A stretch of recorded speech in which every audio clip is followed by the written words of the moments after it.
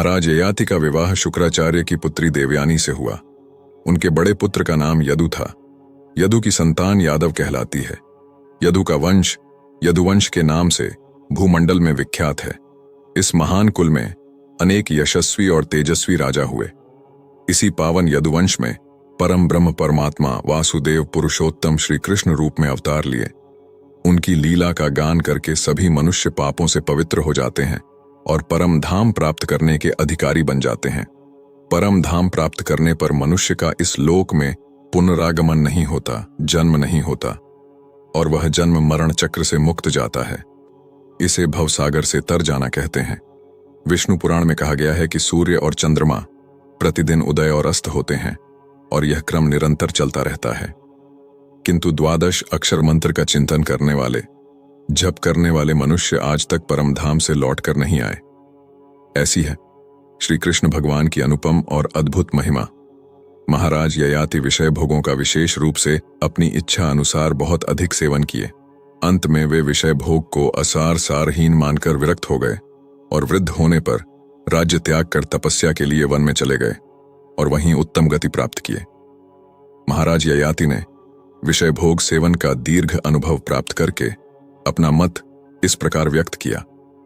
विषय भोगों के सेवन से काम भावना शांत नहीं होती, अपितु निरंतर बढ़ती जाती है। इस पृथ्वी पर जितने भी अन्न, पशु, स्त्री, स्वर्ण, रत्न और सुख सुविधा की वस्तुएं हैं, वे सब एक विषय भोगी कामी मनुष्य के लिए पर्याप्त नहीं है। अर्थात यदि कोई मनुष्य उन्हें प्राप्त कर ले तो भी वह संतुष्ट नहीं हो सकता।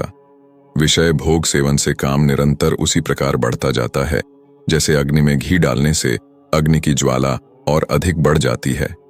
विषय भोगों को अधिकाधिक भोगने की बढ़ती हुई इच्छा को तृष्णा कहते हैं। यह तृष्णा सदा जवान बनी रहती है, कभी बूढ़ी नहीं होती, क्षीण नहीं होती। मनुष्य विषयों को भोगते भोगते बूढ़ा हो जाता है, जरा जर्जर हो जाता है, किंतु तृष्णा सदा नव युवती के समान जवान बनी रहती है। तृष्णा एक प्राणांतक रोग है। यह मनुष्य का प्राण लेकर ही शांत होती है। इसलिए जो मनुष्य इस लोक और परलोक में सुखी होना चाहता है वह इस तृष्णा को त्याग दे।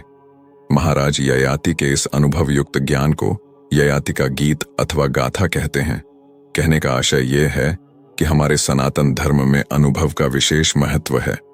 अनुभव द्वारा ही बहुत से नियम निश्चित किए गए हैं। ये नियम मनुष्य को अंधकूप में गिरने से बचाते हैं। इन नियमों का मनुष्य पालन करके उत्तम गति प्राप्त करता है। उसका पतन नहीं होता, उसका कल्याण होता है, उसका उत्थान होता है। श्री कृष्ण भगवान गीता में उपदेश देते हुए कहते हैं कि विषय भोग भोगने में सुखदायक लगते हैं, परंतु वे दुखदायक हैं। वे आदि अंत वाले हैं, अर्थात उत्पत्ति और विनाशशील धर्म वाले हैं। इसलिए बुद्धिमान पुरुष विषय भोगों में आसक्त नहीं होते और विषय भोगों में रमण करने की इच्छा त्याग कर परम ब्रह्म परमात्मा की शरण में जाकर भजन करते हैं और अक्षय परमानंद का नित्य निरंतर सेवन करके सदा संतुष्ट रहते हैं।